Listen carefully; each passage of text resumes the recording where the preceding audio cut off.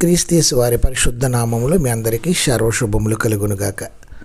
ప్రజల కనుల ముందు దేవుడు యెహోషువను నాయకుడిగా స్థిరపరచబోతున్నాడు. మోషేతో ఉన్నట్టే యెహోషువతో కూడా దేవుడు ఉన్నాడని తెలియజేస్తున్నాడు. మోషేకు ఎర్ర సముద్రం వద్ద ఎలా నడిపించాడో అలాగే ఇప్పుడు యెహోషువను యొర్దాను నదిలో నడిపించబోతున్నాడు. అంతటా నిబంధన మందసం మోసే యాజకులు నీళ్ళ ధరికి వచ్చి యొర్దానులో నిలవమని ఆజ్ఞాపించమని దేవుడు యెహోషువకు సెలవిచ్చాడు.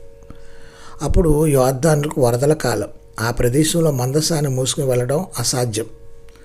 కాకపోయినా అతి కష్టమైన పని. అయినా సరే యాజకులు నీటిలో దిగి దేవునిపై నమ్మకం ఉంచాలి. అనేక పర్యాయాలు మనకు కూడా మార్గం తెలియక ముందు విశ్వాసంతో ముందుకు దిగాలని దేవుడు ఎదురు చూస్తూ ఉన్నాడు. మోషేను గొప్ప చేసిన దేవుడు యెహోషువను కూడా గొప్ప చేస్తున్నాడు. దేవుడందు విశ్వాసం ఉంచితే మనల్ని కూడా గొప్ప